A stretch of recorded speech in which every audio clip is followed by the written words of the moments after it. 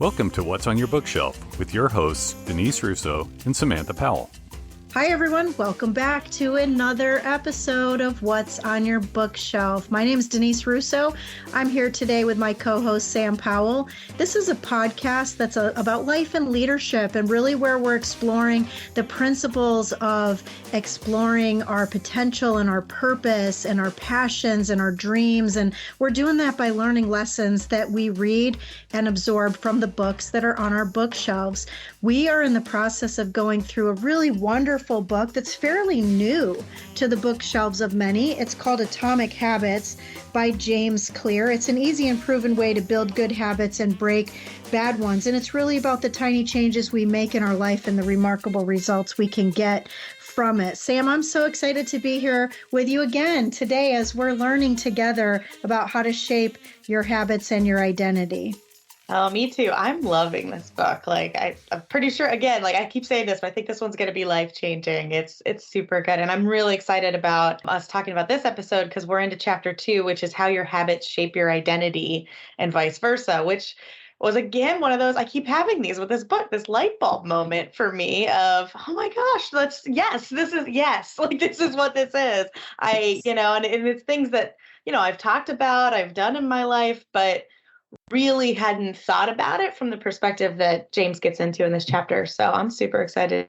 Me too. He's so practical. In this chapter, we're in chapter 2 now, and he says in the beginning of this chapter that few things can have a more powerful impact on your life than improving your daily habits. And yet it's likely that this time next year, you'll be doing the same thing rather than something better. And man, that was like a gut punch to me because I think about how many times do all of us set New Year's resolutions? And in fact, there's so much research that even says the reason they sell discounts to gyms over the holidays is because they know people will stop showing up like a month later. And sure enough, Olivia has a membership that I tag along with her, and every time we go, less and less people go, including us. We probably need to get back in the gym.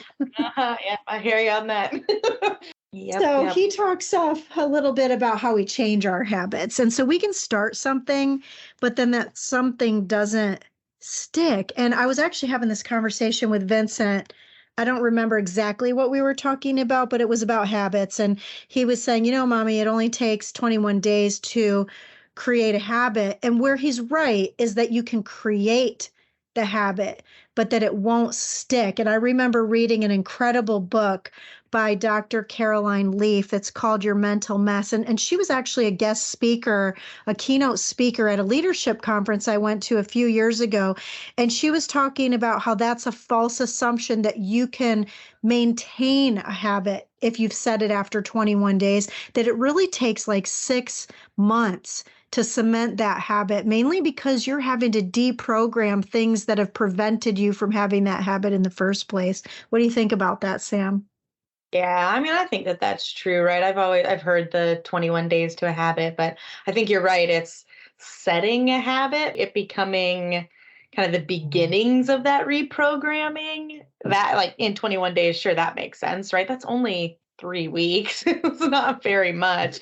But if I think about what are the things that have stuck with me, that 6 months feels more correct and more accurate for, really what I've seen. And James says that changing our habits is challenging for 2 reasons, because one, we either try to change the wrong thing or we try to change our habits the wrong way. And so, I think that if you're trying to change a habit, you're trying to do something, 3 weeks isn't a lot of time. It's enough time to, maybe make some changes, maybe do something, a bit differently, but for it to become something that's lifelong, I feel like 6 months feels about right in really what that looks like.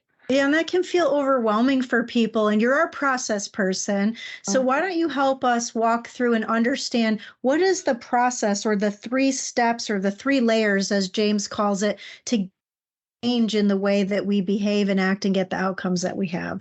Yeah, I thought this was really interesting. When I was reading it, I thought about you right away because we talk a lot. You and I talk a lot, but we've talked a bunch about how you really got to change your mindset and your thoughts in order to change anything else. And so James talks about the 3 layers of behavioral change. And the first layer is changing your outcomes. And the outcomes are about what you get, right? I'm going to change what I get out of this. The second layer is about changing your process, and the processes are about what you do. So outcomes are about what you get, processes are about what you do. But the third layer, which is the deepest layer, is about changing your identity. And changing your identity is really about what you believe. And as soon as I read that sentence, I was like, oh man, I bet Denise loves this part, because you've talked about this with me a lot, right? You really think that if people want to see real change in their life, they've got to get down to the depth. They've got to get down to this inner core, or what you really think of as like the first important big step to change, is that you've got to change what you believe about something. You've got to get your thoughts in order. You've got to get your identity in order. And this chapter is about changing your habits to shape your identity. So this is really what we're getting into in this chapter is, yes, you can change what you get. Yes, you can change what you do, but ultimately you've really got to get down to change what you believe. Absolutely. And in fact, if you think about your own life, if you're listening in, the outcomes that you have are the results that you have in your life. They came from something you did or did not do. Period. Like there's no actual inaction. There's either a plus or a minus. In fact, John Maxwell often says that you're either a positive or a negative in this world. You're either giving or taking, and there's not really a neutral zone there. And so if you think about the results you have, that those are coming from an action or an inaction, those actions or inactions come from beliefs that we have. Whether you believe you can or can't do something, it may be ingrained in your subconscious mind somewhere. And those beliefs come from our thoughts, whether those thoughts were implanted in us or those are thoughts that grew. Some thoughts grow like flowers and some thoughts grow like weeds. And so when you think about the way that you think, there's kind of like these 4 layers of consciousness, I think you would say, or learning ability. And the first is that you can be unconsciously incompetent about something. It simply means you don't know what you don't know. So it could be like you have no idea. We both don't have any idea what we will be doing in November. I think we know what we're going to be doing at least up until November. We've got a pretty good solid schedule till then, but we don't have any frame of or sphere of vision into what we don't know or what our next move in our career will be. I think we can somewhat get closer to that through planning and goal planning, the things that you talk about a lot, Sam. And that second layer is a conscious incompetence, which means we really know we don't know something. Like if I said to you today, do you know how to fly an airplane? My guess probably is most of the people listening don't. They know they consciously do not know how to do that. I actually drove, side note, I drove a simulator. I guess you don't say drove. I flew a simulator once when I used to work for AirTran Airways. I'll never forget. I was in the cockpit of the simulator. And when you want to talk about like a giant playground for adult kids, it was like a video game. And swear to God, there's this other girl I worked with. Her name was Denise also. We were in the simulator. And so she took over the controls and we were starting to crash to the ground. And I literally felt so sick to my stomach. It was so realistic.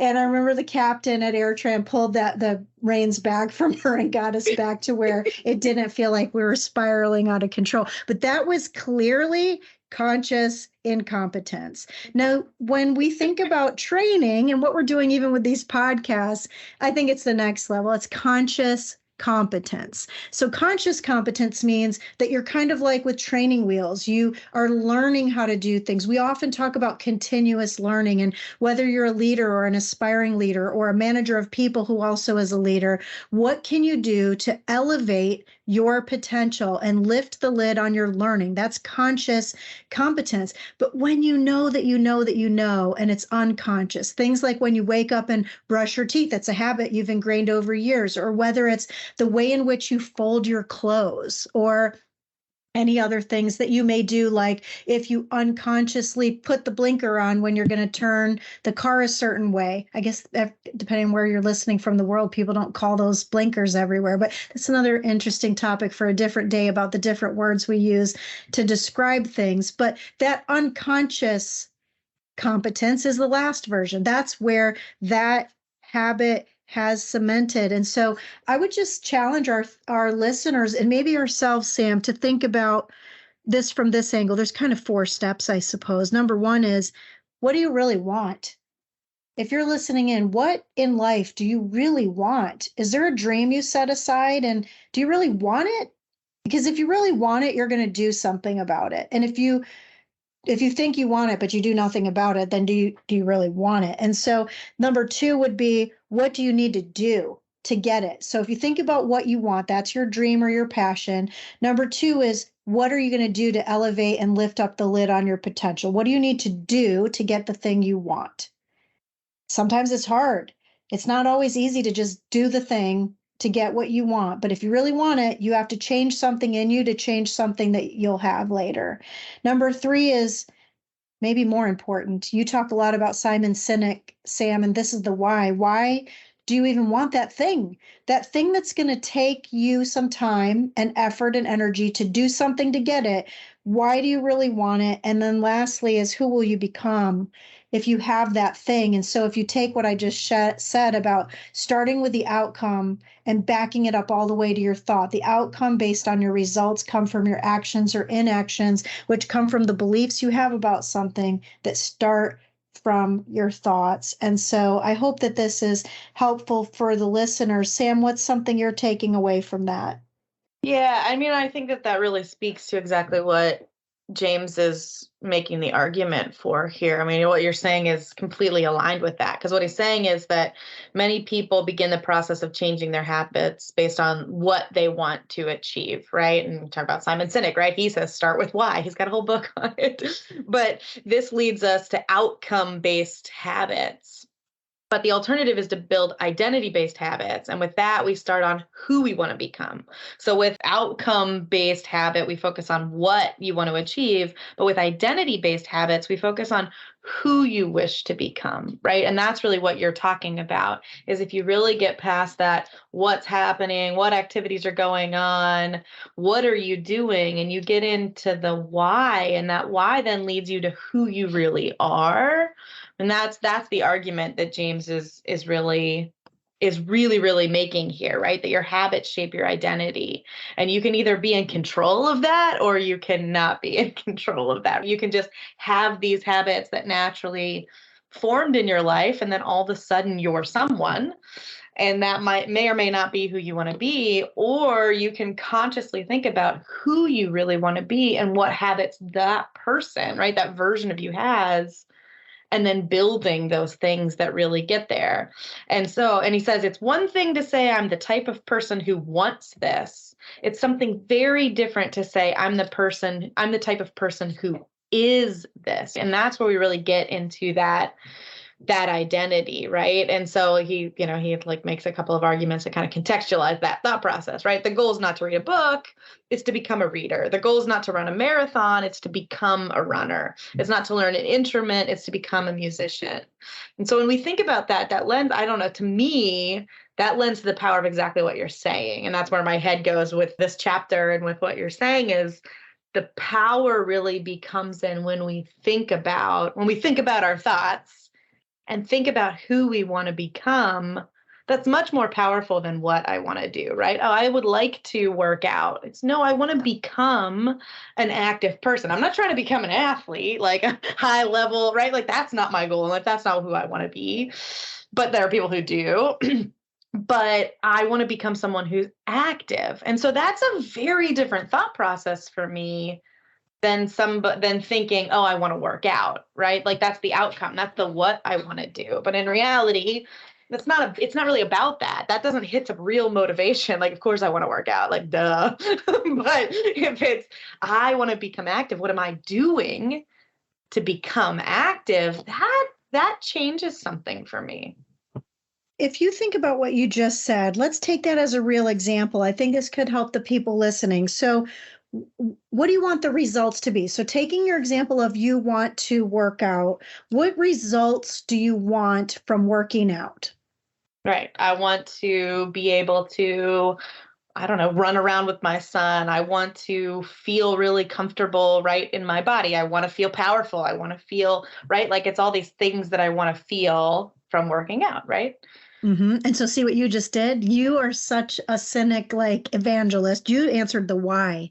You answered Yep. why you want to get the results that you'll get. Like when you say, what do you want as results, friends that are listening, you may say, I want a title at Mhm. your job, but why do you want that title? And do Right. you really want to give up to go up? Like there are compromises to growing in life. My goodness, you and I, Sam, we got to the top of our careers, climbed a lot of rungs on a lot of ladders. And at the point in which I got to the top and my head was banging on a glass ceiling, I was ready to get off the ladder and help others that maybe wanted to take the climb. We recently went to watch the new Barbie movie, and there's so many good lessons in the movie. I highly encourage you, friends, to check that movie out. I recently wrote a blog about, Barbie Heimer is like the big thing, right? Which movie are you going to go see, Barbie or Oppenheimer? By the time this episode airs, I'm sure that these things will maybe even be streaming and not in the theaters anymore. But I would say of the two movies, they're both very, very different movies. But the movie Barbie, I was so excited to watch it because I had Barbies when I was a little girl.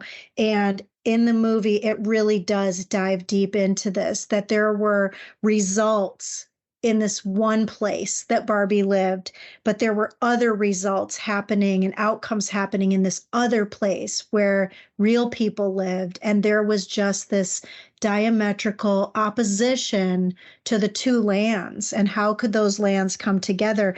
And it all comes down to what you just said, Sam, which is, why do you want change in your life? Like, what will having that change in your life do to change your life and change the lives of the people that are around you? And the book really does talk about how the things that you say out loud are the things that you become. It's sort of like the you are what you eat.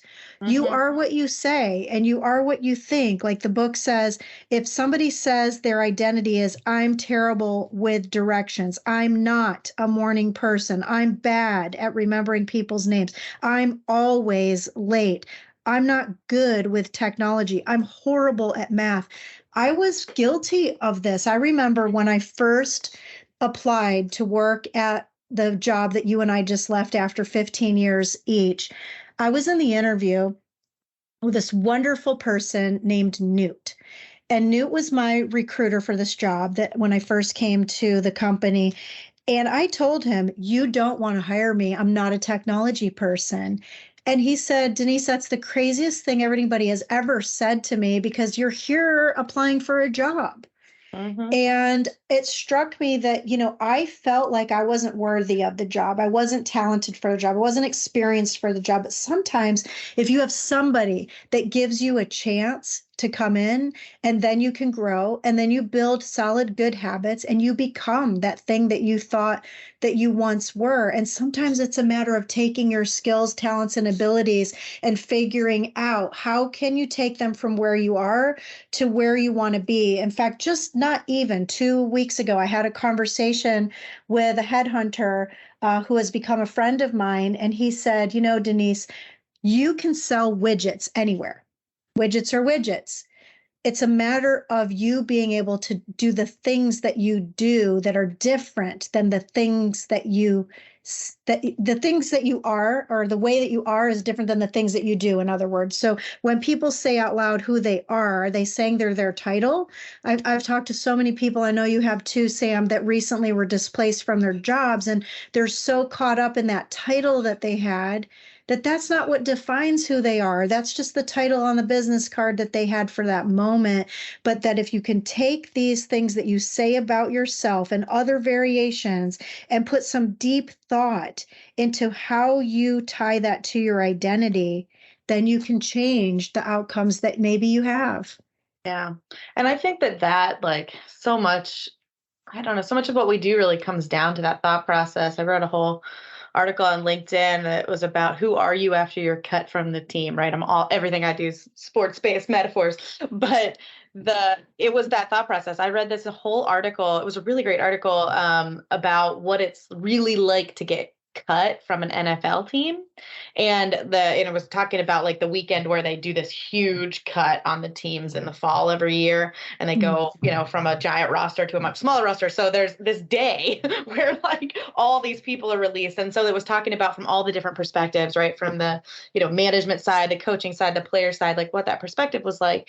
And the whole thing, the reason I went down this is because the big thing that when I got laid off was the thought process around who am I now that I'm not the person who has this job and works in this place, right? It was this identity question. And it's like, well, I'm a lot of things. And so, I think that what's what happens to a lot of us is when we lose a job or when some circumstance in our life change, we get thrown into this existential identity crisis about, oh my gosh, who am I without this thing, right? Who am I without this? And I've been thrown into, I don't know how many existential crises in my life that I think I'm a pro at it at this point. But it's that thought process of like, nope, I'm still me, right? And really taking that step back and thinking about what is that storyline I've been telling myself, right? And this is what James says about, the things you were saying. I'm terrible with directions. I'm not a morning person. When you have a repeated story to yourself for years, it's easy to slide into those mental grooves and accept them as a fact.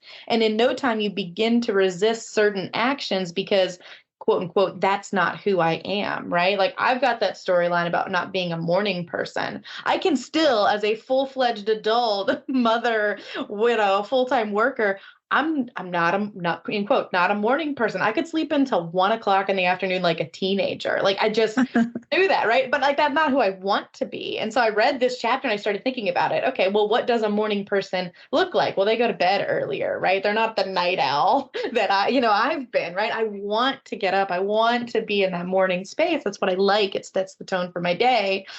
And so like, what would that really look like, right? And first thing I have to do is change the script about myself. I'm not a morning person. I got to stop saying that. I've got to stop thinking that.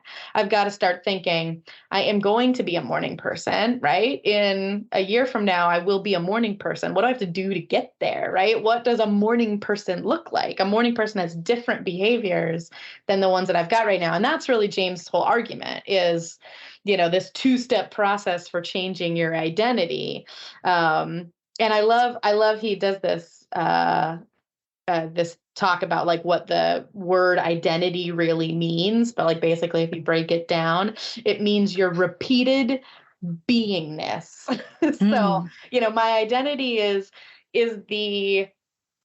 just what I repeat over and over again. What I am consistently, what I am over and over again is my identity.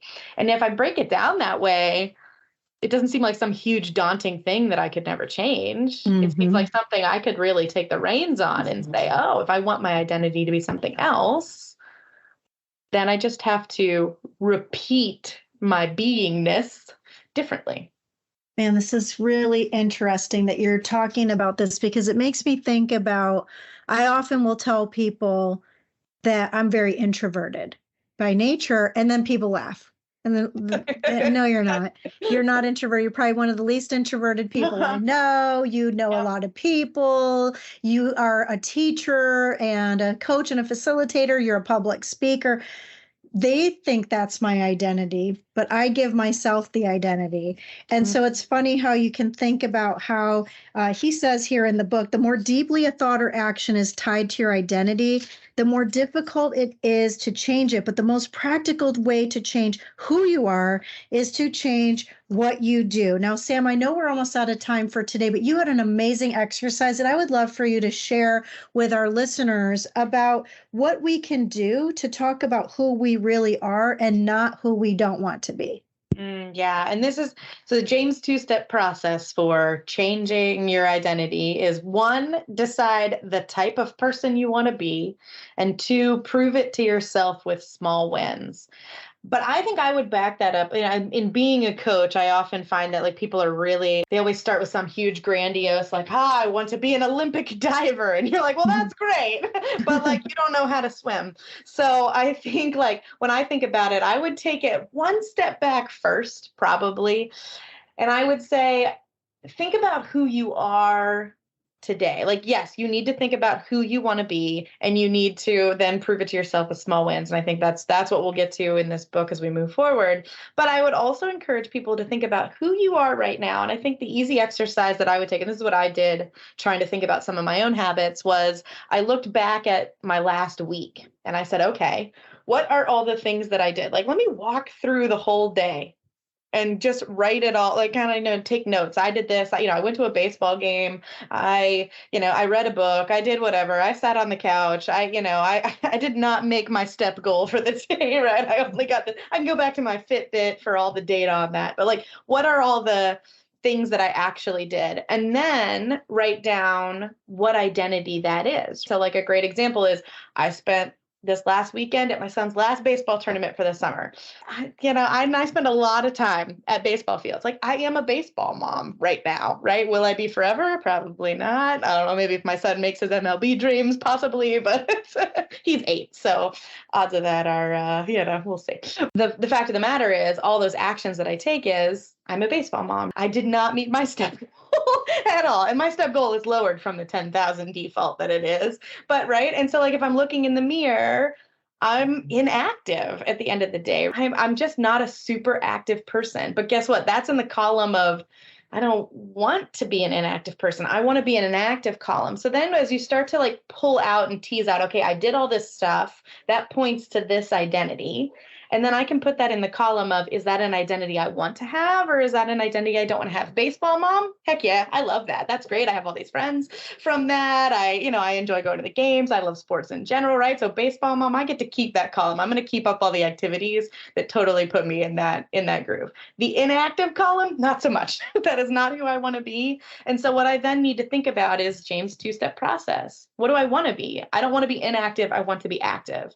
And so then what are the small wins that would make me active, right? And I thought about that, and guess what I did yesterday morning? I woke up early because I'm not a morning person, and I went on a walk and I listened to a podcast, and it was a great podcast. It was, this really kind of like just the motivation I needed. And my whole day yesterday was different. It was really, I got 500 things done. You and I met, we had a good, great meeting, like so many good things happening, but it was one little change. The only thing I said I was going to do is I was going to wake up at this time, and by this time, right, I gave myself a 30-minute buffer. I was going to be taking a walk in the neighborhood. Those are tiny little things, but guess what? It made me an active person yesterday. It changed my identity. And that was from thinking back through, what is the identity that my current behaviors are getting to me? So that's what I would encourage people to do is I think thinking about where, who you want to be and what changes would make that, that's great. But getting realistic with where you are is going to help you, I think, really think through that at like a deeper level. So I would encourage people to do that. Such good learning. So Sam, if you were to think about what's the one thing you took away from this chapter, what would it be? I think it's the definition of identity. It's that thing that he said, that your identity is literally your repeated beingness, because that feels so powerful to me. Mm-hmm. And I love when I feel empowered. That's one of the things that I love to feel. It's one of the things I love to make other people feel. And thinking about identity is not something as this is who I am and I'm stuck with it, but thinking of this is who I am, but I can become something different by a different repeated beingness if I so choose. That's super great and super exciting and makes me just ready for the whole rest of this book. How about you? I love that. For me, I would say that I would piggyback on that and say, what stood out for me is the aspect of really thinking about who do I want to be? Who do I want to become? Or who do I want to be today? And what do I want to be known for? In fact, Scott, if you're out there as you're editing this, put in the show notes for our friends to check out the book 4 by Jeff Henderson. We've used that in the past that we've mentioned. And it really talks about how you don't need to be known as something, as your title. What do you want to be known for in life? And I think that's what stands out in this chapter for me with James Clear. Next time, we're going to be talking about how to build better habits habits in 4 simple steps. So for today, friends, be thinking about how your habits shape your identity and vice versa, what that means for you. If you're willing, share your comments with us on our LinkedIn page, School of Thoughts Publishing. We look forward to having you subscribing and sharing these podcasts. It's available on Apple and anywhere you like to listen to podcasts. For today, though, we're out of time once again. It seems like the time goes by so fast, doesn't it, Sam? Mm-hmm. So on behalf of my friend Sam Powell, my name's Denise Russo. Thanks for joining us again on another episode of What's on Your Bookshelf.